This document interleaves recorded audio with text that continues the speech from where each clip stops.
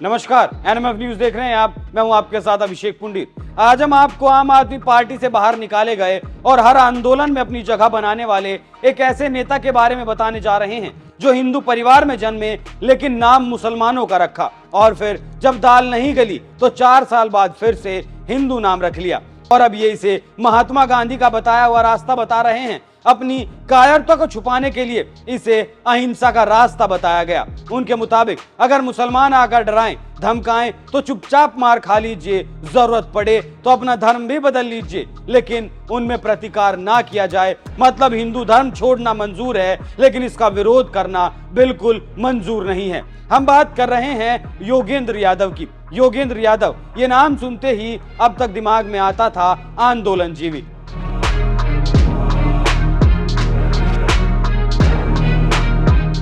लेकिन अब खुद ही योगेंद्र यादव ने इस नैरेटिव को बदल दिया है क्योंकि उन्होंने अपना ऐसा सच बताया है जिसे बहुत कम लोग जानते हैं। योगेंद्र यादव ऐसे परिवार से आते हैं जो तलवार के जोर के सामने ढेर हो गए थे। हालांकि उनके दादा ने वीरों की तरह मुस्लिम मोब से लड़ाई की, लेकिन उनके पिताजी तलवार के सामने ढेर हो गए और हिंदू धर्म को किनारे कर अल्लाह के पास चले गए। ये बात हम नहीं कह रहे बल्कि खुद योगेंद्र यादव ने इस बात को कबूला है। योगेंद्र यादव ने बताया है कि वो कैसे सलीम से योगेंद्र यादव बने हैं। ये कहानी आपको हैरान कर देगी और साथ ही कायरता का सबूत भी देगी। योगेंद्र यादव का बचपन का नाम सलीम था। एक इंटरव्यू के दौरान उन्होंने कहा, मेरे बचपन का नाम सलीम है, मुझे सब लोग सलीम कहते थे, मुझे इस नाम से कोई दिक्कत नहीं है। बाहर के लोग मुझे इस नाम से नहीं बुलाते लेकिन बचपन के साथी परिवार के लोग मुझे सलीम बुलाते हैं। फोन आता है, जब कोई सलीम बुलाता है तो मुझे पता चल जाता है कि कोई बचपन का दोस्त है, लेकिन कोई योगेंद्र यादव बुलाता है तो मुझे पता चल जाता है कि कोई बाहरी दुनिया का इंसान बात कर रहा है। तो उनकी हमेशा से दो दुनिया रही हैं,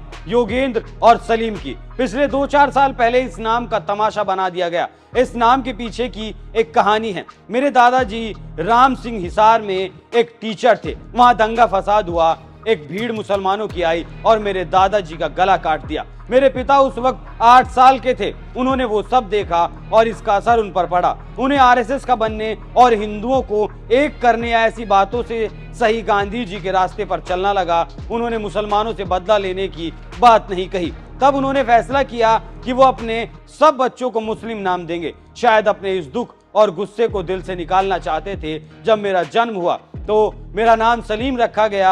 ये मेरा निक नेम नहीं बल्कि मेरा नाम था। इस नाम को लेकर ही मैं स्कूल गया। वहां सब लोग मुझसे पूछते थे, तुम्हारा नाम सलीम क्यों है? मैं घर आया और कहा कि मेरा नाम बदल दो, मैं परेशान हो गया हूं। तो पिताजी ने पर्ची से चुनने को कहा। उस पर्ची में योगेंद्र नाम निकला और मेरा नाम योगेंद्र रख दिया गया।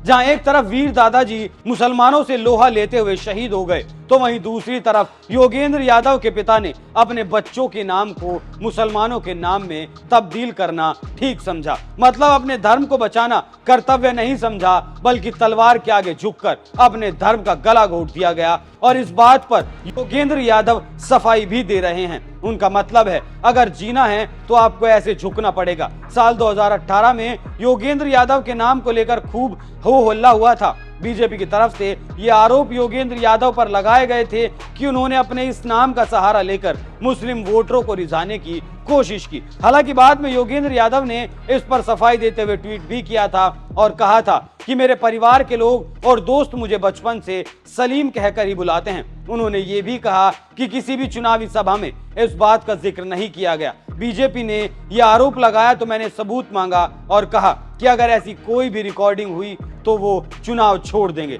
लेकिन तब और बाद में कोई सबूत नहीं दिया गया। आंदोलन के लिए तत्पर लेकिन धर्म के लिए तलवार के आगे झुक जाना, ये कहां की समझदारी है? किसान आंदोलन से लेकर पहलवानों के आंदोलन तक योगेंद्र यादव ने अपनी भूमिका निभाई, लेकिन क्या जब धर्म को बचाने की बात आए तो उन्हें अपनी भूमिका याद नहीं करनी थी? और क्या इस पर सफाई देना उचित है? शायद यही कारण है कि कुछ कायरों की वजह से मुगलों ने देश में खूब पैर पसारे और औरंगजेब जैसे मुगलों को इस कायरता की वजह से बल मिला और वो इस देश पर राज करने में कायम रहे। इस देश की संप्रभुता को बिगाड़ने में वो कामयाब रहे। आप इस खबर पर क्या राय रखते हैं? हमें कमेंट कर जरूर बताएं। नमस्कार।